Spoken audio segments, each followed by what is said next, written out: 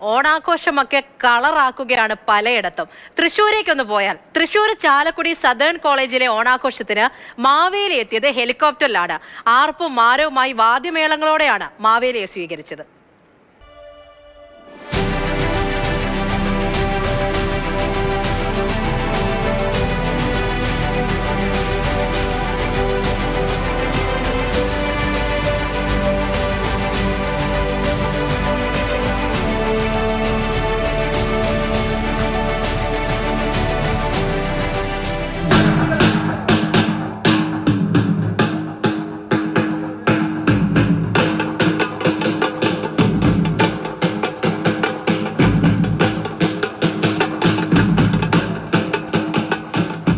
പിള്ളേരൊക്കെ അടിച്ചു പൊളിക്കുകയാണ് ഓണം.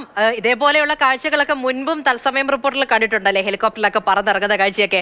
അങ്ങനെയാണ് പിള്ളേരൊക്കെ പോകുന്നത്. ശ്യാം പ്രസാദ് ഉത്തമനാണ് നമ്മുടെ കൂടെയുള്ളത്. ശ്യാം, ഇത് കളറാക്കി എന്ന് പറഞ്ഞാൽ തന്നെ ഇപ്പോൾ ആഘോഷത്തിന്റെ ഭാഗമായി ഹെലികോപ്റ്ററിലൊക്കെ വന്നിറങ്ങുന്നു.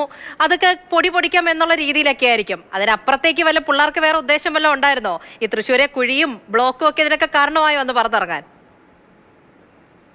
തൃശ്ശൂർ നഗരം ഇപ്പോൾ ഏറ്റവും കൂടുതൽ നേരിടുന്ന പ്രശ്നമെന്ന് പറയുന്നത് ഗതാഗത കുരുക്കാണ്. ദേശീയപാതയിലെയും അതോടൊപ്പം തന്നെ അനുബന്ധ റോഡുകളിലെയും മറ്റുമൊക്കെ ഗതാഗത കുരുക്കിൻ്റെ സമയം എന്ന് പറയുന്നത് മണിക്കൂറുകളാണ്. അതുകൊണ്ട് തന്നെ ആ കുരുക്കിൽപ്പെട്ടവർ പോലും പറഞ്ഞു ഈ ഓണക്കാലത്ത് മാവേലിക്ക് പോലും വരേണ്ടി വരിക ഒരുപക്ഷെ ഹെലികോപ്റ്ററിലോ വിമാനത്തിലോ മറ്റും ആയിരിക്കുമെന്നൊക്കെ. എന്തായാലും ആ പറഞ്ഞതുപോലെയൊക്കെ സംഭവിച്ചിരിക്കുന്നു.